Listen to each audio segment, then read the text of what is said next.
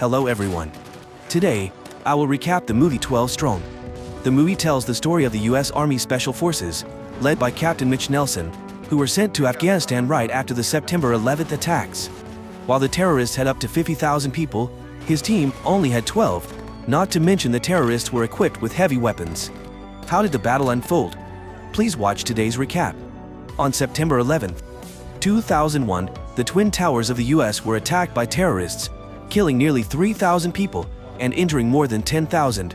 On October 7th of the same year, the U.S. began military action against the Taliban. This elite team was comprised of 12 members of the Green Berets, who are also the main characters of this movie.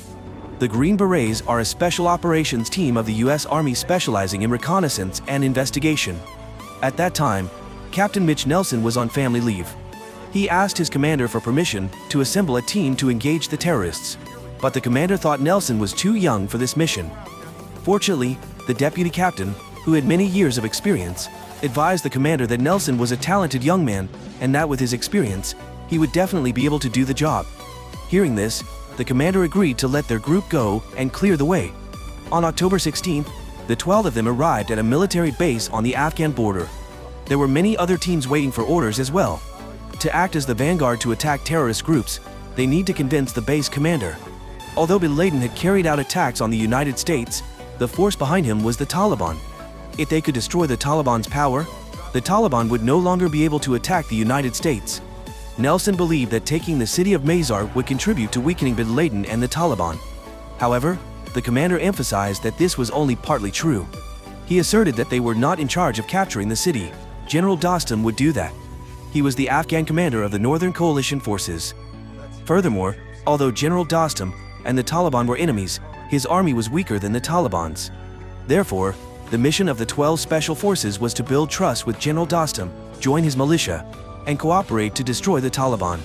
Nelson said that he would complete the mission in 3 weeks. However, the commander said that this was impossible. Nelson explained that in November, snow would block all routes. If they did not capture Mazar within this time frame, they would have difficulty returning home. After Nelson accepted the mission, he introduced the current situation to the team members. General Dostum commanded a force of nearly 200 men and several militia organizations. The enemy was a terrorist group equipped with modern weapons, with a force of more than 50,000 people. The team members joked that it was great, 1 against 5,000, seeing enemies everywhere and not afraid of hitting teammates. However, that joke was not enough to ease the anxiety of the rest of the team. A team member asked Nelson if their flight path had been successfully tested. The team leader replied that they were the ones who tested it. After boarding the plane, they could not believe that their Chinook could only reach an altitude of 3,000 meters. The team wondered how it could be when the mountain peaks they flew over were over 3,000 meters high, and were worried that sandstorms and missiles would destroy their plane. Therefore, they thought they should fly at least above 6,000 meters. Nelson in charge announced that the actual altitude was 7,620 meters, while Nelson was still skeptical about the plane. He also wondered if the team members had enough oxygen. The pilot revealed that he had tried flying at this altitude, although during the test the co-pilot had hallucinated. He saw 2 oxygen masks behind him, but they were ineffective. The 3 planes took off towards the target city. During the flight, a sandstorm suddenly appeared. Some people could not bear it and vomited. Despite the difficulties, they successfully reached the designated point. Nelson ordered the team members to put on night vision goggles, prepare to lie in ambush, and wait for support from the spies. In front of them were 2 fully armed soldiers, making them suspect that these 2 were not comrades. As the 2 approached, they set up an ambush, but unexpectedly encountered a large group. Many people, holding guns and with very friendly faces, ran over. Nelson then shouted that they were all allies and in fact, it was just a misunderstanding. After meeting, the spy took them across several mountains, then to a militia area. Although they had a common enemy, they could not be considered comrades. Therefore, the militia did not have much sympathy for them. The spy also informed them that the Northern Alliance had disbanded, and now there were only 3 different militia groups. Dostum's group was one of these 3 groups, but these people did not like each other. Sometimes when they went to the battlefield, they would ignore the Taliban and fight each other head-on.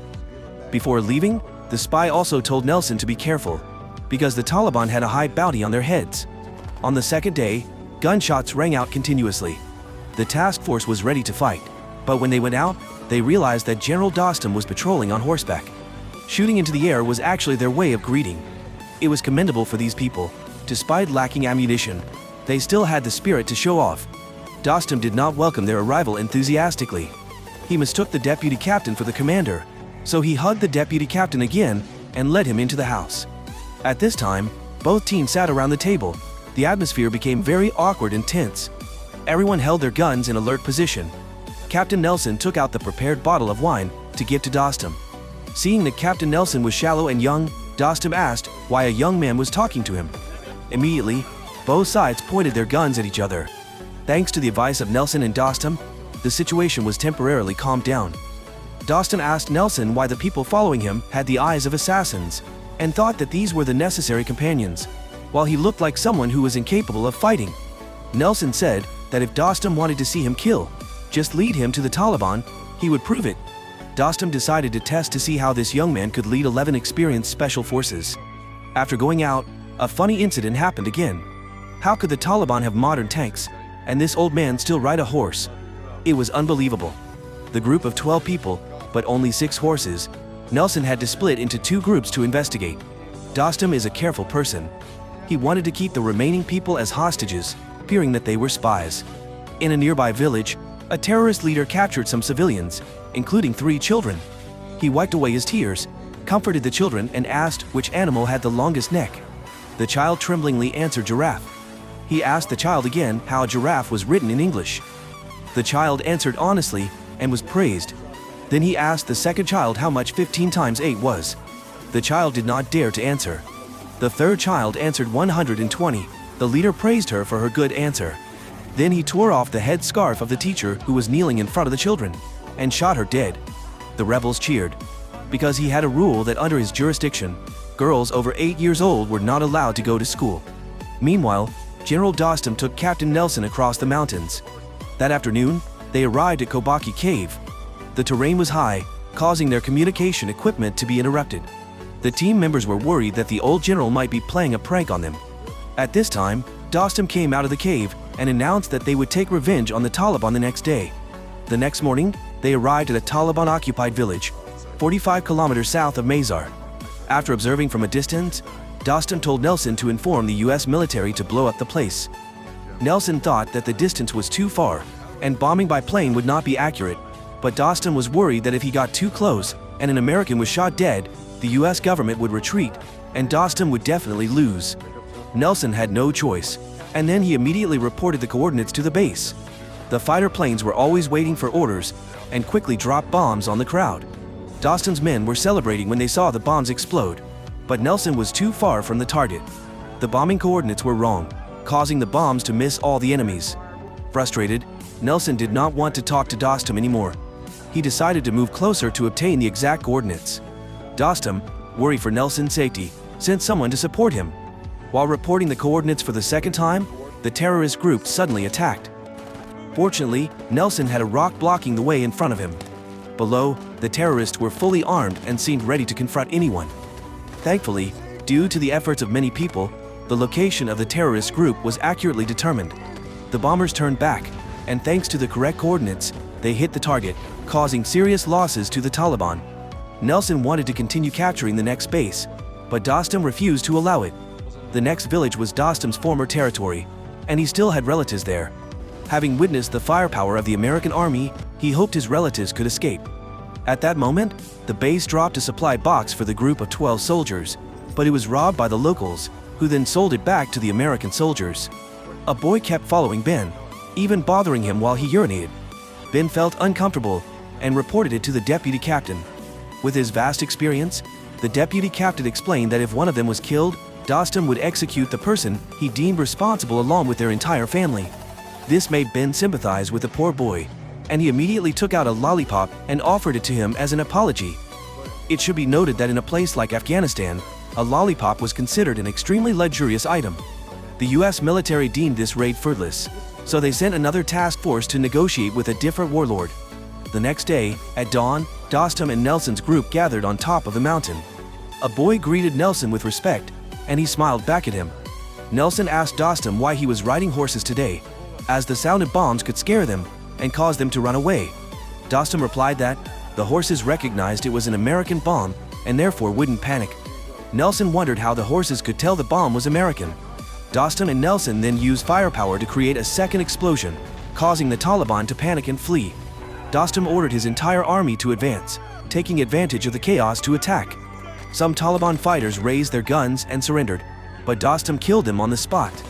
He then sent his soldiers and horses into the villages, intending to eliminate all the terrorists. As Nelson stood on the mountain and looked down, he saw that the enemy had tanks to support them. He immediately called for air support, but was informed that the planes could not assist them. Consequently, the special forces rushed down to prevent Dostum's army from charging into a trap. Thanks to Nelson's timely intervention, Dostum was able to save his life. As the support team was leaving, Nelson saw the body of the boy who had greeted him earlier. There was little time to grieve, so they quickly retreated, although Dostum still lost part of his troops. Evening, Dostum explained that the Taliban transported weapons through the Tangi Pass, the only route into the city of Mazar. He knew their supply route, but did not anticipate their weapons. That night, Nelson contacted his deputy, announcing that the entire squad would assemble to prepare for the next attack.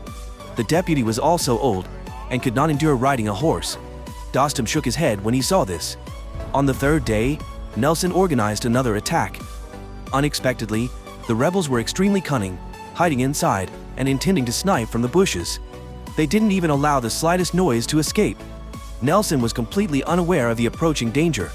Although the deputy commander above had observed everything, he had not yet reported it, which caught the army by surprise. As the main character, Nelson escaped from the dangerous situation and hid behind a wall to return fire. Dostum rushed forward recklessly. He did not want to miss such a good opportunity. Nelson understood that he could not abandon Dostum, so he ordered the team to continue supporting him. During the fierce fighting, Nelson picked up a grenade and threw it. Despite the difficult situation, the rebels were still determined not to surrender. With the support of snipers above, Dostum's army continued to advance strongly. Meanwhile, armed only with an M4, Nelson bravely fought through the rain of bombs and bullets. Dostum then picked up an anti-tank gun and fired directly at the Taliban's firepower, creating an opportunity for the entire group to leave the battlefield safely. Nelson finally succeeded in capturing the village. He joked with Dostum, saying that if he continued to follow him closely, he probably wouldn't live long. Dostum recalled the time when he was in charge of this place, when all the children were educated and had enough food. Their next target was the terrorist group's headquarters, but to attack it, they had to pass through a narrow mountain path that was vulnerable to ambushes. On the 16th day, they destroyed several outposts on Tangi Pass. The road to Mazar was not far away. At this time, the deputy captain informed him that another special forces team had contacted Lord Atta, one of General Dostum's rivals, and was on its way there. Nelson reported this to Dostum, who was furious because he didn't want to be a tool of another lord. Therefore, he decided to end the cooperation and leave immediately. The 12 Special Forces operatives could only rely on their own abilities to complete the mission. Otherwise, the terrorists would continue to attack the United States. The team leader divided the Special Forces into small groups to lie in ambush in a high canyon.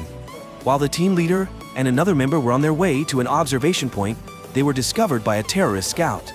Luckily, a sniper on the southern flank aimed at the scout's position, adjusted his aim to the left, and took an accurate shot, killing the enemy. At this time, Charlie's squad on the northern flank arrived and set up a radio station to communicate with the bombers. When everyone was in position, a 1-on-5,000 battle was about to take place. All the elite forces of the Taliban were present in that canyon.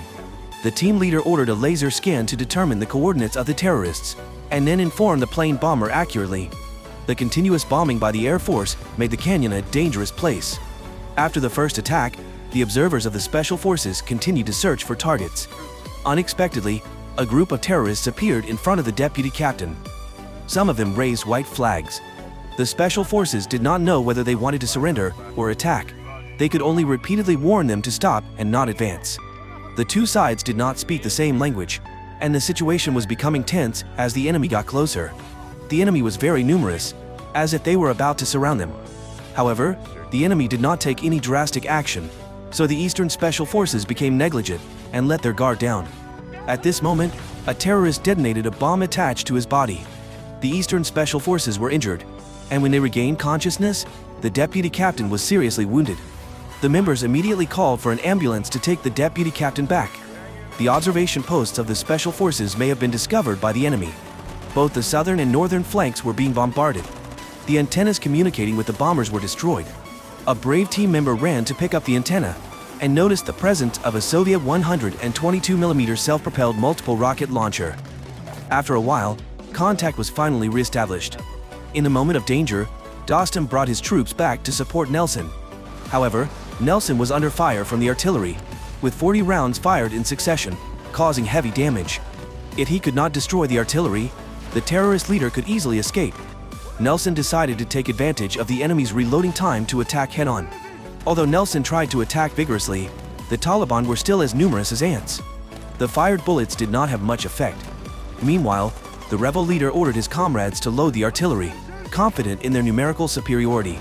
The crew felt panicked by the enemy's aggression, and they called in bombers for support. However, because the target was too close, the aircraft could endanger their own crew. Nelson realized the weakness of the artillery was that it could only fire 40 rounds at a time, and the enemy needed time to reload. If they could attack while the enemy was reloading, they would have a great chance. When the situation became extremely tense, Nelson quickly led the charge forward. The main forces followed, entering the battle. They realized that this could lead to heavy casualties, but they only had about 2 minutes to act. Nelson saw the opportunity. He took his gun and rode his horse into the area with strong enemy fire. His comrades and militia followed closely behind. They were fearless, full of enthusiasm to attack and completely destroy the enemy. A member of the team saw the enemy vehicle charging towards him and fired a shot, causing the other vehicle to flip over. At this time, the cannon was fully loaded again and launched a series of attacks, but could not be effective due to the close distance and quickly ran out of ammunition. When Nelson gave the order to prepare to destroy the cannon, he was suddenly hit by an explosion and fell to the ground in a dazed state. The enemy intended to attack him by surprise, but unexpectedly was attacked back. This time, the Taliban had no way back. Dostum had led his troops deep into the area, while the gunboat was still unloaded. The terrorists immediately sent a tank forward to block the way, causing the militia to fail. Unfortunately, the terrorists underestimated Nelson, and with just a few shots, he took down the mortar man. They quickly approached the two guns. A suicide bomber threw a grenade, but fortunately, Nelson avoided it. Seeing that the situation was not good, the Taliban leader immediately fled. While fleeing, he drove his car into his own bomb nest, and the car could not continue moving. The leader was killed by Dostum. Nelson announced that the group had won a great victory. Nelson told his deputy how he wanted to return. They immediately put him on the ambulance helicopter and left. However, it was not over yet. Another general had arrived in Mazar City earlier, so General Dostum had to come to seek justice. Everyone thought there would be a bloody war, but the reality was different. Dostum shook hands with his enemy, ceding control of the city to General Atta. Nelson praised Dostum for making the right decision, but Dostum replied that there was no right choice there, and that Afghanistan was the place where many empires had been buried. Today you may be friends, but tomorrow you may be enemies. Just wait, the United States will also become a new power here. If you withdraw, it is cowardly, but if you stay, you will become enemies. But it doesn't matter, you will always be my brothers. The story ends here. These 12 special forces are a typical example of overcoming difficulties in reality. During the mission, they were imprisoned for many days and faced countless challenges before safely withdrawing. Many military experts believe that a military operation usually takes about 2 years to complete. However, the special forces in this movie carried out the mission in just 3 weeks with excellent results. The general character in the movie is actually Dostum, who became the Vice President of Afghanistan in 2014. He has also been a close friend of Nelson since 2012. At the #1 building of the World Trade Center, there is a statue of a Green Beret riding a horse. Indeed, in a historical context, heroes appear. No one wants war, and the most disadvantaged people are often innocent civilians. If you liked the video, give me a like and leave a comment about this movie. Don't forget to subscribe to the channel to follow the latest movie recap. See you again